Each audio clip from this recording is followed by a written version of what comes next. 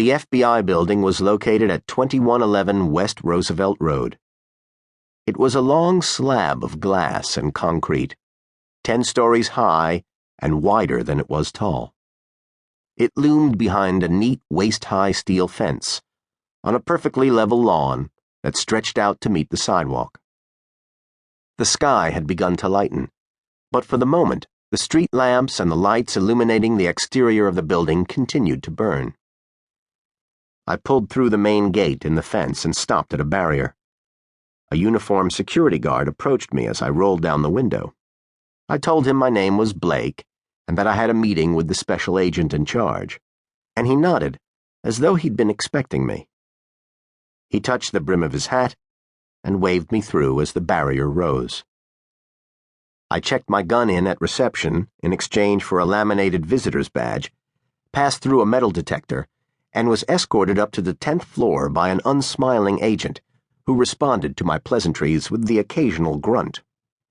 I was shown into an expansive office with a great view of the city at dawn.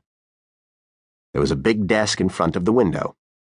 Behind the desk sat a man. He was younger than I'd expected, perhaps not even 50.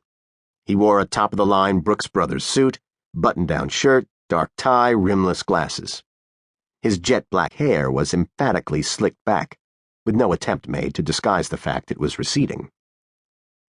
He made no effort to stand up and did not offer his hand. There was a thick file on his desk. I stood at the doorway for a moment. The unsmiling agent who'd brought me up stepped back into the corridor, carefully closing the door behind him. "Donaldson," I said, by way of hello. "That's right. Blake, isn't it? You got here faster than I'd expected." Traffic was light. "First time in Chicago?" "First time in a long time." Donaldson leaned forward in his chair and put his hands on the desk, as if to signal we had successfully negotiated the small talk portion of the meeting. I took the hint. "So, you need to find somebody." He paused a moment, as though reluctant to go further. "This information cannot leave this office." "It's okay. I'm not on Twitter."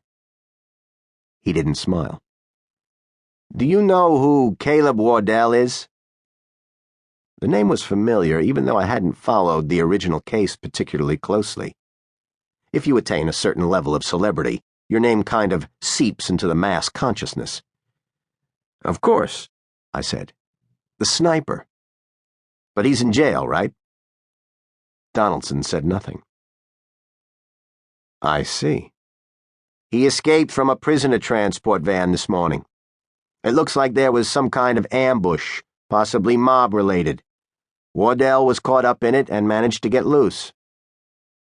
"And you want that situation rectified before anybody finds out?" "In a nutshell." "Can I ask a question?" "Of course." "Who recommended me?" Donaldson's lips widened a quarter inch on each side of his mouth. I took it for his attempt at a smile. "Let's just say it was the kind of recommendation that's unwise to turn down." "But you don't have to like it." He sighed and stood up, placing both palms on the desk. "Look, don't get me wrong. I can use all the help that's available. We're putting together a task force, and it's been suggested that you have certain specialized talents that might do some good, whether my people like it or not. And chances are, they're not going to like it." "That's okay. I have extensive experience with not being liked."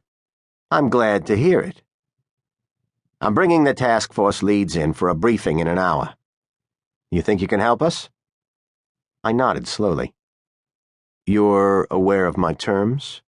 "I believe payment has already been discussed with your agent." "Yes, but I have 3 rules before I take a job," I said. "I'm listening. Number 1, you pay me half up front, half when I catch your man. Number 2, I work alone. I won't be coming into the office 9 to 5. I won't be joining the team for beers once we put this guy back inside. If you're buying me..."